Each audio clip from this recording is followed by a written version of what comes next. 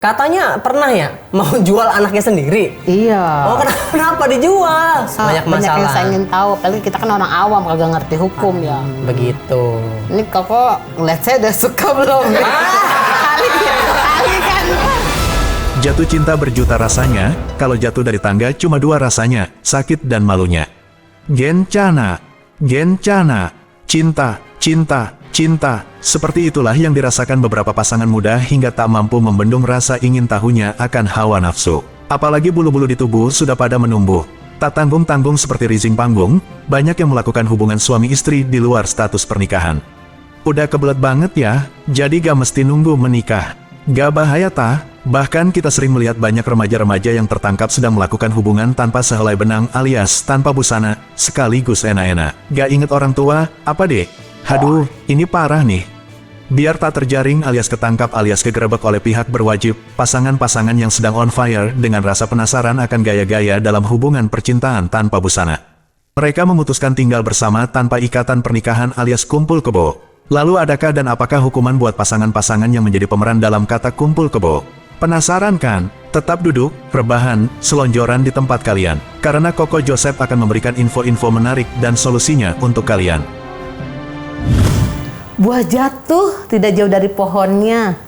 Bingung sekarang mau pilih presiden yang mana? Pilih bapak apa anaknya ya? Di tempat saya ya banyak banget sekarang lagi rame sabung ayam. Tapi lebih rame lagi sekarang apa? Sabung bebek. Sabung bebek pakai duit. Kenapa sabung bebek? Soalnya kan dikit lagi pemilu butuh suara biar rame. Wek. Ada apa nih? Waduh, nggak boleh ngomongin politik di sini. Emang kenapa? Ngomongin apa dong? Janganlah, ngomongin yang lain lah. Ngomongin Koko aja ya? Boleh. Ya kan gak tahu sih Koko. Silakan duduk. Kok salaman dulu kok ya Allah. Jadi lepas kok. Iya, silakan duduk. Oke. Next era geng, balik lagi di Social Justice bersama saya dengan Koko Joseph. Hari ini kita kedatangan, sebelum memperkenalkan tamunya, saya pantun dulu ya. Cuaca panas, minum es kelapa. Lari maraton sampai ke Cimanggis. Bingung mau nonton apa? Yuk nonton Social Justice. Oke. Wah, ini kenapa timbangan? Jangan ditol-tol. Emang apa? Nyetrum nanti. Kok di timbangannya kayak kita tau kok berdua goyang-goyang. Goyang-goyang. Keseimbangannya. Yang jelas dong, jadi goyang-goyang apa? Keseimbangannya goyang-goyang. Kita ngeliat goyang-goyang kan jadi bawaannya pengen goyang-goyang juga. Kita belum perkenalkan nih, bintang tamu kita adalah Mpok Citra. Iya, beliau ini seorang stand up comedian. Iya, betul. Ada yang mau kita sharing-sharingkan kah? Iya, boleh, banyak banget saya ini unek-unek ini. Oh, banyak banget. Pertanyaan, banyak masalah. Iya. Banyak masalah. Yang saya ingin tahu, apalagi kita kan orang awam kagak ngerti hukum ya. Tapi ini sih saya dengar-dengar ya, dengar-dengar katanya Mbok Citra ini miskin. Bukan saya yang bilang loh, bukan saya. Emang kelihatan deh mukanya emang. Semiskin apa katanya? Miskin, rumahnya itu dari triplek terus lantainya masih tanah. Oh, iya. Terus? Iya, jadi tinggal di tanah garapan gitu. Tapi enak nih rumah tanah kok. Enak ya? Kenapa? Kalau ngeludah langsung kering. Kagak usah gepel. Iya. Jadi cita-citanya mau ngepel nih, ya kan? Karena di rumah nggak bisa ngepel. Iya. Jadi kalau ada di kemana mau dipel gitu. Kalau suami saya meninggal saya kubur dari rumah. Nggak ngerepotin gitu. Enggak, malah pas buka kulkas mentok batu nisan. Gini kan. Mas, aus nih kulkas nih gitu.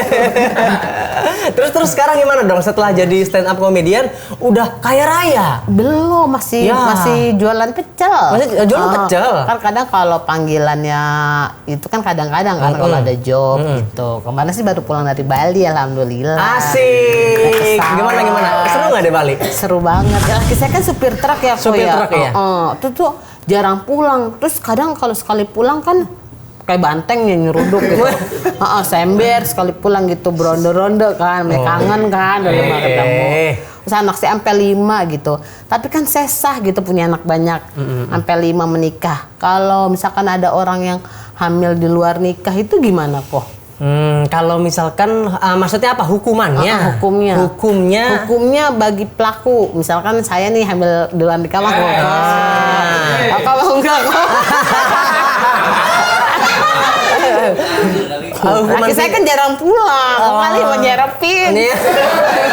Udah 5. Iya. Koko anak tunggal kan cuma satu. Anak tunggal, nggak kesepian. Kalau anak saya kan jadi banyak. Udah ada kawan saya. Jadi keluarga cemara. Oh iya. Oke. Jadi kalau untuk hukuman pidananya Bu, kalau misalkan memang tidak ada unsur pemaksaan, tidak ada unsur perzinahan, tidak melakukan seksnya dengan anak di bawah umur 18 tahun, ya berarti sanksinya lebih ke sanksi sosial. Namun jika misalkan ada unsur secara pidananya ada pemerkosaan, ada perzinahan dengan anak di bawah umur sesuai dengan yang di Undang-Undang Perlindungan Anak, itu berpotensi di penjara loh. Apalagi yang anak ini 5 sampai 15 tahun nggak main-main. Iya. Walaupun suka sama suka. Jadi nggak ada alasan tuh tapi kan kita suka sama suka dengan anak kecil ini di bawah 18 tahun, tetap berpotensi di penjara. Tapi kalau sudah cukup umur suka sama suka, tidak dengan suami atau istri orang lain. Tidak dengan suami atau orang lain. Tanpa unsur pemaksaan. Bujang sama perawan. Lebih ke sanksi sosialnya. Kecuali ditentukan oleh perda di masing-masing tempat. Begitu. Ini Koko ngeliat saya udah suka belum? Kali kan. Jadi bisa di luar kandungan. Iya, biasanya kan sering terjadi gitu perbincangan akibat dari hamil di luar nikah tuh anaknya gimana gitu nasibnya kalau misalkan nggak tanggung jawab. Itu hak apa? Ini anaknya itu keadilan buat anaknya itu gimana? Keadilan bagi anaknya ini panjang nih jawabannya Bu. Jadi gini, untuk keadilan untuk anaknya itu harus dibuktikan dulu anak itu ayah biologisnya siapa. Nggak bisa dia ayahnya harus dibuktikan secara hukum. Bagaimana cara membuktikannya? Ada 2 cara. Yang pertama, kalau ayahnya mau mengakui itu anaknya, masuk ke dalam gugatan, masuk ke dalam permohonan pengakuan anak. Jika bapaknya mau, bapaknya datang sendiri ke pengadilan dengan membawa bukti yang cukup untuk memohonkan dia sebagai ayah biologis. Namun bagaimana jika ayahnya ini tidak mau? Tidak mau, sang ibu berhak untuk menggugat orang yang diduga sebagai ayah biologisnya. Disertakan juga bukti yang kuat. Apa sih bukti yang kuat? Contohnya tes DNA nih. Tes DNA itu kan untuk membuktikan orang itu anak biologisnya siapa. Nah, muncullah pertanyaan-pertanyaan baru nih. Tes DNA itu tidak ada peraturan di Indonesia yang dapat memaksa seorang laki-laki atau siapapun untuk melakukan tes DNA. Lah terus bagaimana dong bisa taunya ini ayah anak biologisnya? Kalau misalkan ada anak saya hamil di luar nikah, saya bawa ini hidungnya sama kayak nggak ini bisa, nggak ini bisa. kupingnya caplang. Harus dibuktikan dulu, harus dibuktikan dengan tes DNA. Misalkan nggak mau tes DNA gimana? Tetap bisa gugat. Nanti majelis hakim tuh punya kewenangan untuk memutus ini anaknya atau bukan sesuai dengan fakta-fakta hukum yang timbul di dalam persidangan. Begitu. Jadi tanpa tes DNA pun bisa, karena apa? Tidak ada peraturan yang bisa memaksa seseorang untuk melakukan tes DNA. Begitu. Jadi tetap yang lebih dirugikan itu perempuan ya. Iya, makanya jangan seksi luar nikah. Perempuan pasti lebih rugi. Tapi kan kadang kebelet kok. Kebelet. Apalagi zaman sekarang udah kagak kenal. Kayak misalkan nih suami saya kan jarang pulang gitu. Kan suka ada tetangga yang godang-godain. Terus saya masih nahan, tuh kagak mau, saya mah kagak level. Kalau tetangga, kalau pengacara boleh. Ini lagi keluar kota nih belum pulang. Sekarang lagi keluar kota. Ya udah. Terus kalau anak yang lahir di luar nikah itu sah secara hukum nggak kok? Sah secara hukum dong. Anak itu harus mendapatkan legalitas yang pasti di negara ini. Nah, sah secara hukum atau enggak, cuma kekurangannya kalau anak di luar nikah itu di akta lahirnya cuma ditulis lahir dari seorang ibu bernama ini, kayak gitu. Jika misalkan ayah yang diduga ayah biologisnya itu mau melakukan permohonan pengakuan anak di pengadilan, maka nanti putusan penetapan pengadilan itu bisa dijadikan alasan kepada Dukcapil untuk menaruh ayah biologisnya di akte lahir. Begitu. Tapi tidak menutup kemungkinan juga jika akte lahir itu sudah jadi. Akte lahirnya sudah jadi, ayah biologisnya mau mengakui, maka bisa, tapi di catatan pinggir namanya. Catatan pinggir. Catatan pinggir, bukan di depan. Di depan ada lahir, seorang anak lahir dari ayah dan ibu bernama ini, gitu. Iya, akte lahir. Ini beda di belakang. Kalau setelah akte lahir itu jadi, ada catatan pinggir namanya. Begitu, tapi sah tetap secara hukum. anak yang di luar ini edukasi juga nih. Anak yang di luar anak di luar kawin itu tetap mendapatkan akte lahir. Jadi jangan sampai berpikiran akte lahir nanti susah kalau nggak ada ayahnya, tetap dapat akte lahir cuma nggak ada nama ayahnya. Kan kalau secara agama kan yang saya tahu setelah bayi itu lahir nikah lagi katanya 2 kali tuh. Nikah dengan siapa lagi 2 kali? Sama bapaknya juga supaya tidak berdosa. Kan waktu itu melakukannya kan berzina kan. Itu dari segi hukum agama. Kalau secara hukum kan saya nggak tahu, makanya nanya ke Koko gitu. Teman-teman saya banyak tuh kok, ada yang pada hamil di luar nikah, terus sampai sekarang juga masih tinggal sama lakinya, sama pacarnya gitu. Itu mereka tanpa ikatan pernikahan itu boleh kok, ibaratnya kumpul kebo ya. Kumpul kebo, iya. Kumpul kebo, tapi jangan FWB ya. Ya kalau misalkan itu objeknya manusia, jangan disamakan dengan yang tadi kumpul tadi lah. Anggaplah kita kohabitasi ya. Perbuatan itu sudah diatur nih dalam KUHP baru, sudah disahkan di pasal 412. Di sana dikatakan orang yang kumpul kebo lah yang tadi Mbok bilang itu tuh berpotensi di penjara 6 bulan loh. Ya tapi berlakunya nanti 2026, sekarang belum. Oh, lama amat. Iya gitu. Ya Allah, kumpul kebo kok. Koko saya dandan dulu biar Koko mau sama saya. Kalau ini bukan bisa nggak pakai remote? Pakai remote itu. Bisa nih. Set. Passwordnya inget nggak? Nah, tuh. Oh iya. Kok sama tuh ada lesung pipitnya kita. Iya kan? Oh ada ya, ada.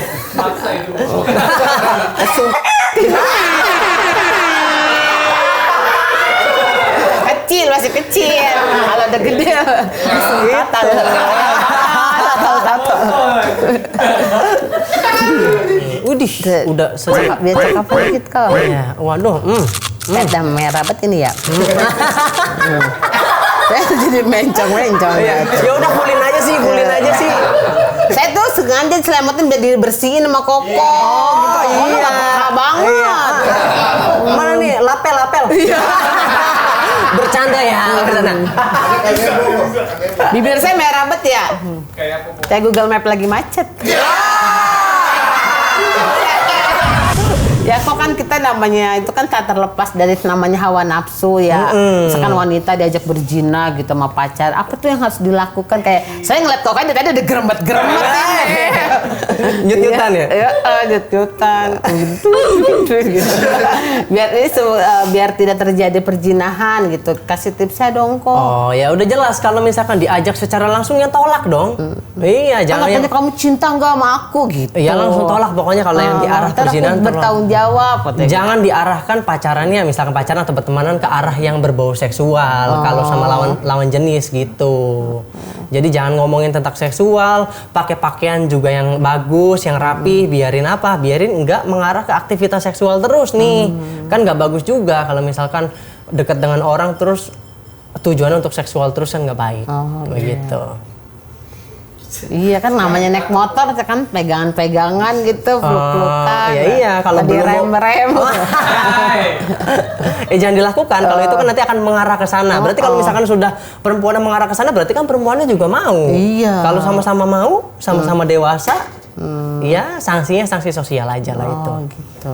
Iya kok ada perbedaan secara hukum nggak sih untuk orang yang melakukan perzinahan bagi yang sudah menikah sama yang belum menikah? Yang sudah menikah dengan yang belum menikah jika melakukan perzinahan kan terhadap orang yang sudah menikah, ya kan? Kalau melakukan itu nggak ada perbedaan antara yang sudah menikah dengan yang belum menikah, sama-sama dapat dikenai hukum, begitu. Nggak ada perbedaan ya untuk kayak gitu. Tapi yang melaporkan adalah dari pihak suami atau istri yang bersangkutan. Itu sekarang, Pok.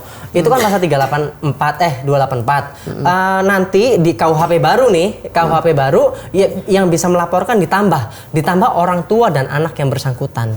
Jadi nanti Empok misalkan melakukan dugaan ya, perzinahan, nanti anaknya Empok tuh bisa melapor loh. Misalkan ibunya saya, iya, anak saya gini-gini itu bisa dilaporkan. Tapi nanti 2026. Kalau sekarang yang dapat melapor adalah suami istri yang bersangkutan. Oh, terus tadi yang kata Koko harus cerai dulu itu agak sulit. Harus juga cerai dulu, ya. memang harus cerai dulu. Memang harus cerai, bukan dilaporkan boleh, tapi nanti diproses setelah bercerai. Oh, Katanya pernah ya mau jual anaknya sendiri. iya. Oh kenapa dijual? Soalnya kan bikinnya gampang. Oh bikin. Miskin kok nih, jadi ada Oh, orang belum punya anak, terus dia punya segalanya nih, tapi dia nggak punya anak, terus mau dikasih rumah, saya mau tuker rumah, itu melanggar hukum nggak sih kok? Ya melanggar hukum lah itu mah. Udah nggak boleh lah pokoknya. Pakai perjanjian jangan ada gitu. pemikiran ke sama. Kan kalau nungguin anak gede lama beliin bisa masuk rumahnya, ini kan perdagang. masih bayi. Nggak boleh, nggak boleh kayak gitu. Perdagangan manusia nanti masuknya. Berarti kalau bikin anak boleh Pak Koko. Jangan yang kayak gitu nggak bagus nggak next boleh, lagi. nggak bagus Kita buang ya. pemikiran kayak gitu. Jangan. Iya, jangan. Jadi waktu itu adopsi, katanya nanti ada surat perjanjian tertulis. Kalau nanti dapat adopsi rumah. boleh, Tapi Iya, tapi kalau saya dikasih rumah. Iya jangan, itu kan masuknya nanti ke perdagangan. Kalau adopsi aja. Nggak dapat apa-apa. Tapi jangan lah, adopsi Oh. kan pokoknya masih maksudnya hubungan keluarganya masih baik. Iya. Kan punya suami lengkap. Iya, Udah suami jangan lah. ada. Pasti rezeki itu ada aja, Mbok. Tenang aja. Makannya susah kok, telur pecahan, nasinya pakai kecap doang. Iya. Iya. Ya nggak apa-apa, disyukuri aja. Saya masih bisa makan. Iya, alhamdulillah. Iya. Iya, kita berandai-andai nih, kalau misalkan saya belum nikah nih, masih gadis, terus saya dihamilin sama cowok, apakah saya harus menikah sama orang yang menghamili saya? Nah, ini mungkin jawaban. Tapi saya ibaratnya kepleset dong sama dia, saya kagak mau nikah sama dia gitu. Oh, tapi Kepleset apa doang. harus menikah dengan dia gitu? Ya mungkin jawaban saya ini akan menjadi jawaban yang kontroversial nih, Bo. Jawaban saya tentang apakah harus wajib menikah, jawaban saya tidak wajib menikah. Dan bahkan jika ada orang yang hamil di luar nikah, terus salah satu pihaknya dipaksa untuk menikah, itu berpotensi dipenjara 9 tahun sesuai dengan pasal 10 Undang-Undang Nomor 12 tahun 2022. Nah, jadi nggak boleh yang namanya nih misalkan cewek cowok hamil gitu, terus si ceweknya maksa nih, pokoknya kamu harus menikahi saya, itu nggak bisa, malah ceweknya yang berpotensi dipenjara 9 tahun pasal 10 Undang-Undang TPKS. Nah, terus bagaimana sih? Berarti nggak adil Nggak dong tanggung buat jawab, ceweknya, iya, buat ceweknya udah dihamilin nah itu ibaratnya. derita lo. Iya. Kenapa mau? Pokoknya seks di luar nikah itu resikonya Anda harus tanggung sendiri. Jangan semua resiko kasih ke negara. Kasih ke negara harus dipenjarakan seenaknya aja.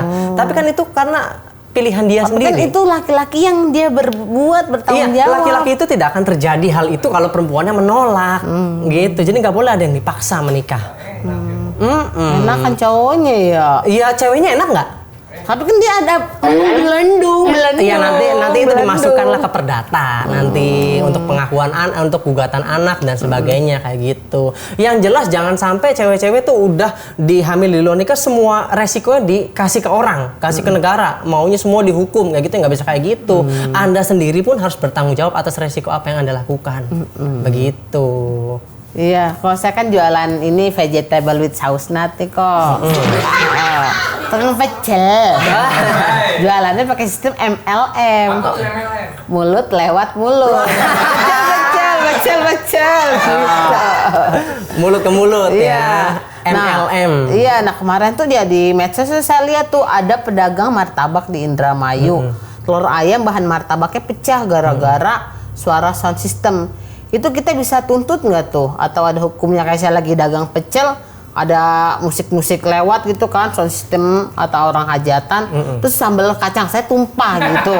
Nah, itu saya bisa nggak menuntut ganti rugi sama yang sound system? Jadi itu? jawabannya gini dari pertama dulu. Getarannya. Iya, dari pertama dulu ya. Pasti diselesaikan dulu secara kekeluargaan. Bilang dulu sama si tukang sound system ini gimana nih? Telur saya rusak dan sebagainya gitu. Jika memang menemukan jalan buntu, barulah ada pasal yang berpotensi. Pasal yang diduga itu adalah di pasal 406.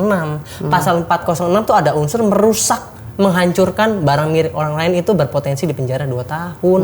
Begitu. Tapi nggak semua harus dimasukin ke hukum kan.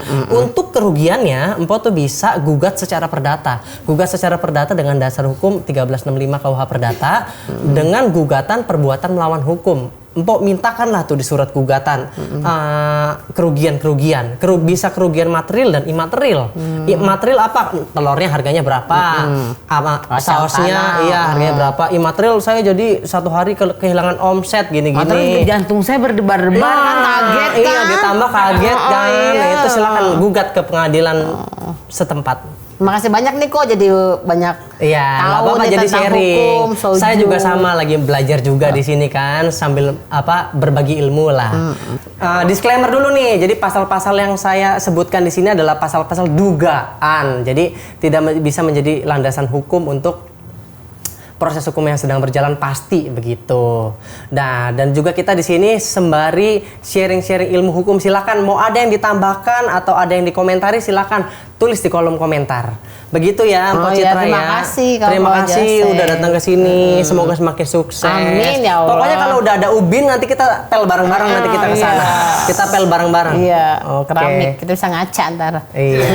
Ngaca di keramik. Ngaca di keramik ini. Iya. Oke deh, Mpok Citra, terima kasih banyak. Terima kasih banyak.